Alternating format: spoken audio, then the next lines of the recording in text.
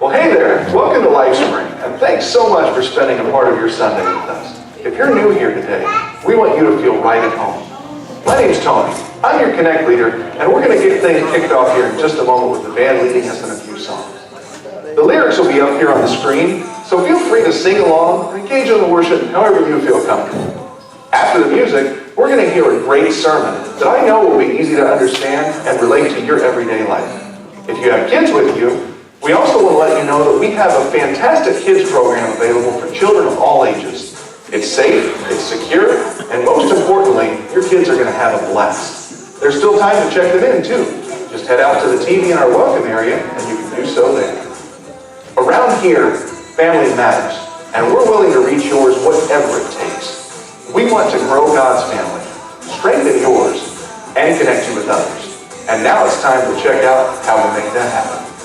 Every Wednesday night from 6:30 to 7:30 here at the church's family. On Sunday, September 23rd at 12 o'clock, we're having a chili cook-off and a cornhole tournament for the community. Bring all your family and friends. If you're new here, we'd love to get more involved. Nate and Hope would love to have you join them this Sunday at 10 a.m. for a pastor's breakfast. If today is your first day with us, we would love to connect with you and serve you in any way possible. To help us do that, please fill out one of those white Connect cards at some point during the service and drop it in the VIP box behind. You're going to get a free gift bag, an email from me and Pastor Nate, and some of our other leaders will reach out to you as well. At this time, please stand with us as we begin our worship.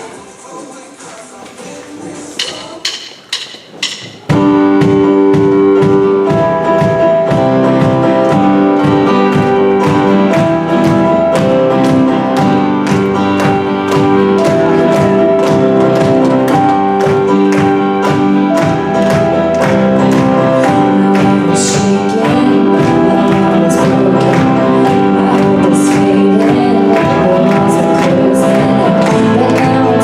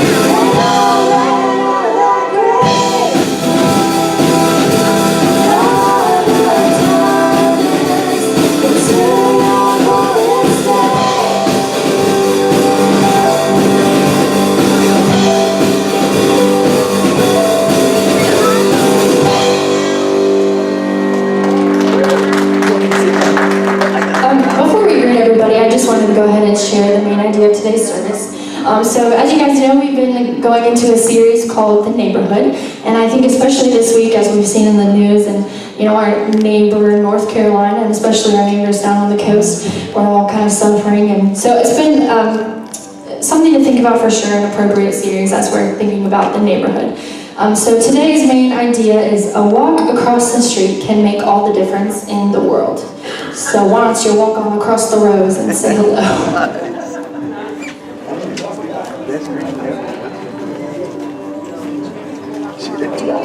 Oh, I didn't pay attention. Yeah.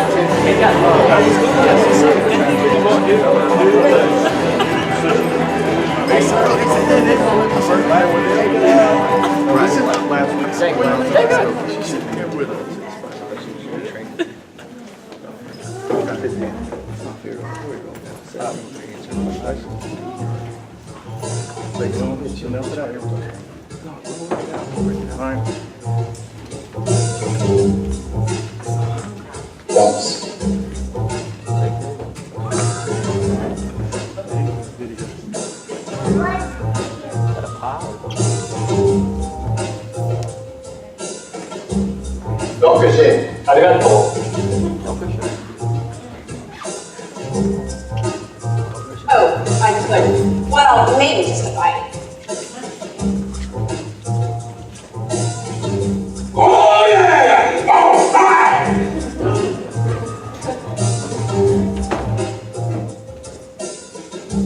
Don't forget the interest.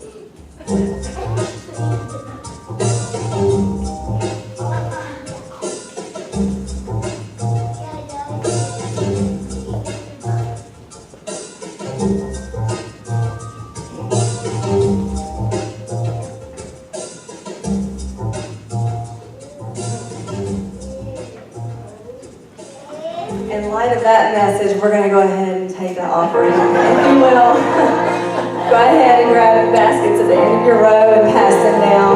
We also have a box in the back if you want to drop in there on the way out. You can go online to lifespring09172018A and we have a link where you can give online there. You can also set up recurring gift giving to make it convenient for you. There's also an app you can download. Check it out at lifespring09172018A. Everything that you give us, everything that you give to the church, everything that comes in is not only used to help reach our community, our daily necessities of church, reaching the community, but we also tithe on that as well to other organizations. So it's just a good way to give back. We'll go ahead and stand. We're going to continue to worship. This next song that we're doing is called "The Glory Is Yours." As I began to research in the Bible, how many times that phrase or that idea is used, talking about the glory of God, talking about how He is pretty much sovereignty, talking about how He is, there's none like Him. He is greater than anyone else. There's none can compare to Him. And honestly, I wanted to try to count them all, but there was just too many for me to count in the time frame that I had. So there are hundreds of verses that talk about God's sovereignty and His goodness, and there's no one like Him. Just a few verses. Psalm 113:5 says, "Who is like the Lord our God? Who is seated on high?" Exodus 15:11 says, "Who is like you, O Lord? Who is like you, majestic in holiness, awesome in glorious deeds, doing wonders?" Jeremiah 10:6 says, "Lord, there is none like you, for you are great and your name is full of power." Hundreds of verses just like this all through the Bible declaring God's sovereignty. This next song, "Glory Is Yours," also declares that. It is a reminder that God alone holds the blessing and the honor and the strength and the power. He holds the victory. Not only He will hold the victory, but He does hold the victory. The victory is ours. The victory is His. He has already won. There is truly no one like our God. Continue to worship with us now.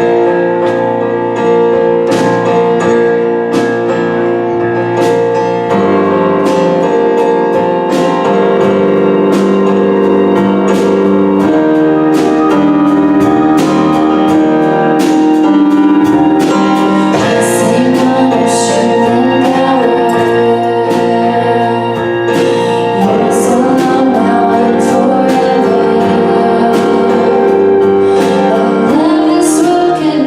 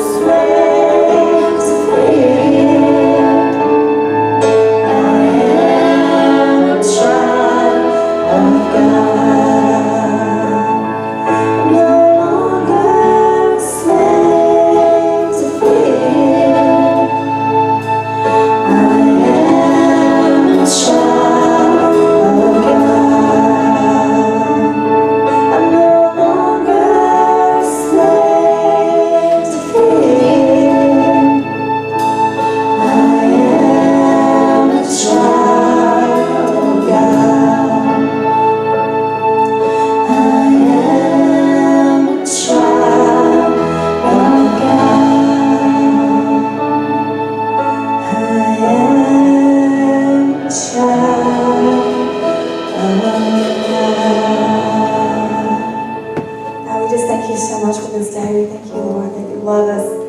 I thank you that, Lord, what you did for us, what you have done for us, what you constantly do for us, means that we no longer have to be slaves. How we have freedom in you. Lord, sometimes we just live our lives like we are still trapped. Lord, like we're still in bondage. For any believer, for anyone who has asked Christ into their heart, that is just not the case. Lord, I just pray that you would help us to realize that, God, that we would live our lives like that. Lord, just thank you so much for this day. Thank you for keeping us safe through the weather, and Lord, for everyone that you've brought here today. Lord, you have something to say to us. I pray, God, that you would be with Pastor Mace who brings the word. And Lord, that you would help us just to open our hearts and minds to you and what you would have for us and what you would teach us. In Jesus' name I pray. Amen. Can be seated. Kids, you are dismissed. Adults, make some noise. Say bye to the children. Have a good time. Let's go. No one's ever said this to me, but it's not fair. We don't say bye to the workers. Everybody say bye to the workers, man. They're the ones back there putting it in. They're awesome too, so we want to thank them for that. The energy of kids, man. We have several things coming up. First of all, we have been praying for the coast, and obviously with the storms and all the craziness. And I find myself, around here, I've said this several times a day. I said, hey, you staying dry? I hope you're staying dry. You're like, yeah, I'm doing my best. Unless you're a child. How many of you with little ones are like, rain, I'm in it. I want to play in it, have a good time, right? And I'm like, all right, that's cool, man. Kids are just so fun, and they think of those things. And we want them to have as much fun as adults too, right? Jesus had a good time on earth, and we do too. And so next week, as you heard Tyler, I mean, don't you wish you had Tyler's energy on video? Yeah. Woo, everybody make the Tyler face, yeah, right? He's awesome for that. Here's the thing, we are doing our cornhole tournament and our chili cook-off like we do every year. And this year, because of our envelope fundraiser and other things we're able to do, it is a community-free event. So you don't have to pay any money. It's not to raise any money. We are just asking you to bring people and stuff. Is that okay? There's a sign-up sheet right out there. As you heard, it's next week, right after current service. We want you all to come and bring the food and bring the drinks and things like that. But we want you to invite your friends and family. We have had people in the life of Lifespring that have come to play cornhole and eat wings or chili, and it ended up being a part of our church. So we want you to invite them. Here's the strategy. Invite them to church and stay for cornhole and chili. They kind of give you the and then say, just come for the cornhole and chili. Show up at 12 o'clock. Just get them in the building, whatever you got to do. And of course, once they come inside, they're going to love us, right? Come back forever. Amen? Some of you are like, sure.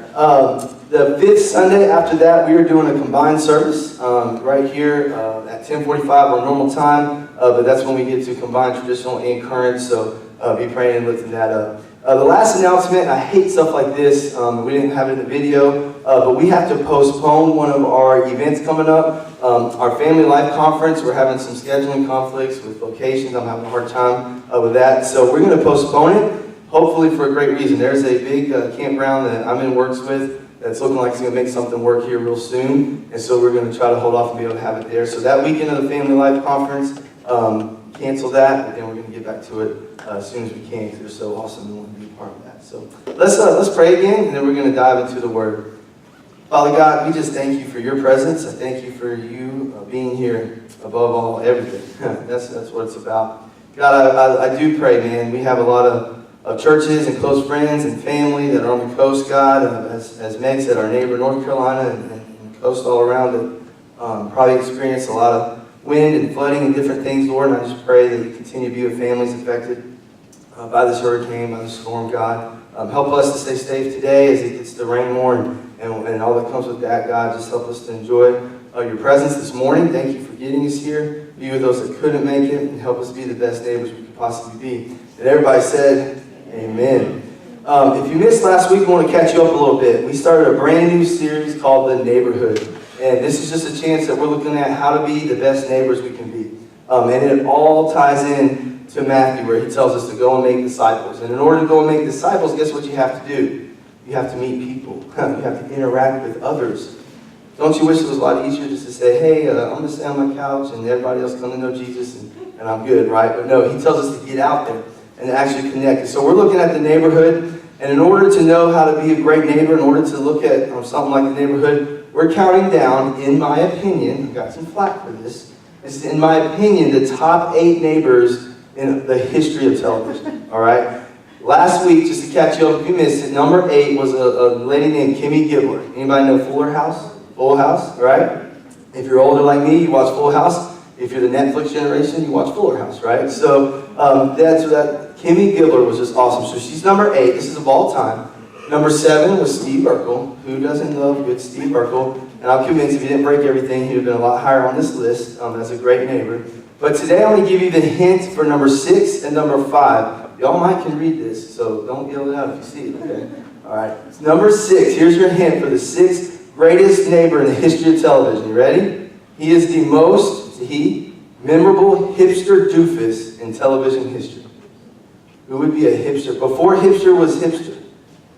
He was the man with that. Anybody have a guess? If I give you this, who do you think?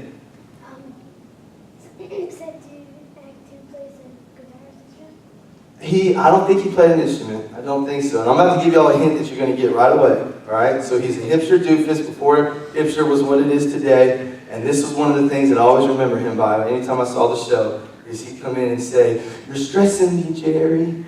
Kramer! There we go. Okay. I didn't get it on the first hint either, so don't worry about it. But Kramer, was he not a great neighbor? Think about that. It's kind of cool as I thought of Kimmy Gibbler, I thought of Steve Urkel, now Kramer. I'm like, you forget their neighbors because they're at their homes all the time, or the apartment. And Kramer's saying, did Kramer ever make a mild entrance?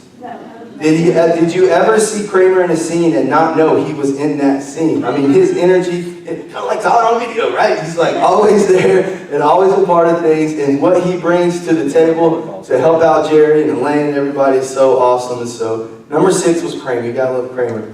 Number 5, we're gonna go way back to this one. There's a hint for you. Our number 5 greatest neighbor, I'll give you another hint, neighbors in this situation.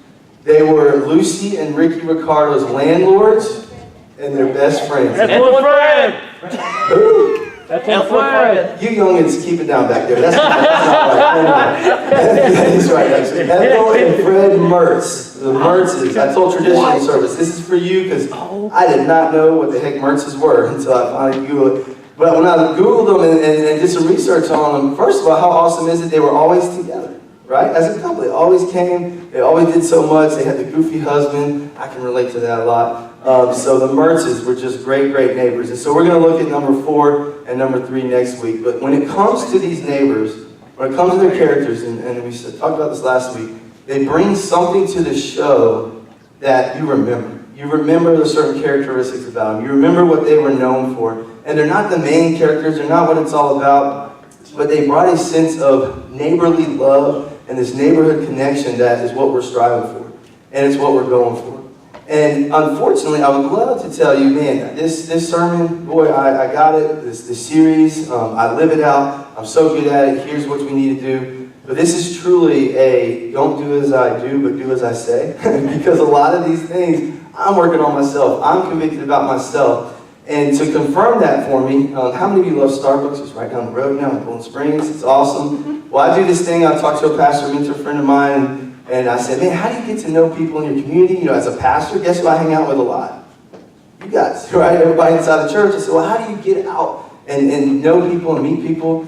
And he gave me this idea. So every Thursday or different days during the week, I'll sit at Starbucks and do sermon stuff or whatever, and no headphones, just kind of be open to talk to people. And so I've made some really cool friends through that. There's some neat people that either customers or employees. Well, one time, it's about 3 weeks ago, right before this series, I thought, man, God, you are good. I walk in there and I recognize the cashier. She's a girl that used to live across the street from me in my old neighborhood. And I said, hey, how you doing? We start talking. Well, over the course of the last however long, she said something to me the other day at Starbucks. She goes, Nate, I see you more now that I work here at Starbucks than I ever did when you lived across the street from me.